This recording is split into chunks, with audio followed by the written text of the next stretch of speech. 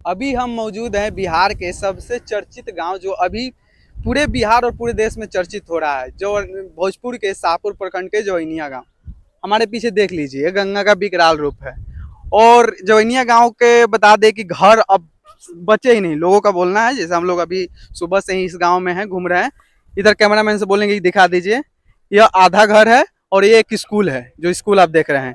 बोला जा रहा है कि इस गांव में अब कुछ बचा ही नहीं है, पूरा गांव तबाह हो चुका है, पूरा गंगा अपने उफान पे है, पूरा विकराल रूप है। और हम लोग अभी हैं यहाँ भी, कब क्या हो जाए किसी को पता नहीं। मतलब कोई नहीं बता सकता कि कब क्या हो जाए। बताया जा रहा है कि 10-15 दिन के अंदर पूरा गांव खत्म हो गया। मेरी आपकी नज़र जहां तक जा रही होगी, बोला जा रहा है कि 500 से लेकर 1 किलोमीटर तक गांव था।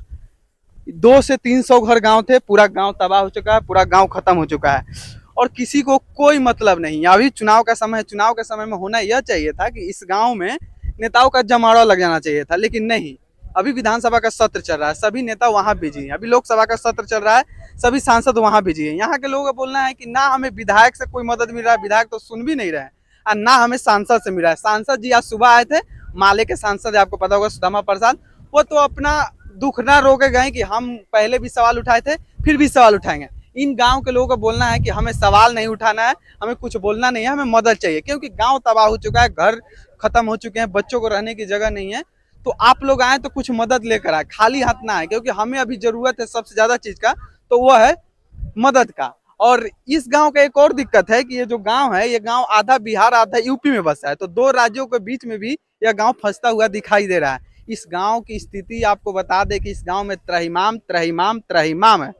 इस गांव में कुछ नहीं बचा, इस गांव में कुछ नहीं बचा। गांव के नाम पर सिर्फ कुछ ईंटें हैं, एक स्कूल है और कुछ आधा घर बचा हुआ है, पूरा गांव खत्म हो चुका है। या इस गांव में जितनी आप भीड़ देखेंगे, इस गांव के लोगों को नहीं। आप हम अब एक ग्राउंड रिपोर्ट भी कर ले तो आपको पता चलेगा कि इस गांव में 60 से 70% लोग बाहर के हैं। और बहुत ज्यादातर यूट्यूबरों का आना है, ज्यादातर ब्लॉगरों का आना है।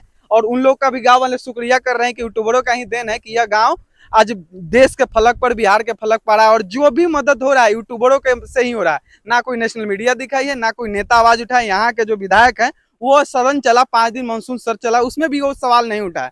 तो गांव वाले यूट्यूबरों का धन्यवाद बोल रहे हैं कि यूट्यूबरों का ही देन है कि जो भी मदद हुआ है, जो भी यहाँ लोग पहुंचे हैं, जो भी देखा जा रहा है, वो यूट्यूबर ही किए हैं। बाकी हम पहले ही बताए थे, फिर बताए कि इस गांव के नाम पर सिर्फ कुछ ईंटें बची है, एक स्कूल बचा है और कुछ लोग बचे हुए हैं। वो भी कब तक रहेंगे, 2-4 दिन के अंदर यह गांव का स्थिति अस्तित्व समाप्त हो जाएगा। और जवनिया नाम का कोई गांव भी था, यह कभी सुनाई नहीं पड़ेगा। तो आगे और भी आपको स्थिति दिखाएंगे। अभी राहत कैंप में चलेंगे, आप हमारे साथ बने रहिए, देखते रहिए TRP न्यूज। बहुत बहुत धन्यवाद।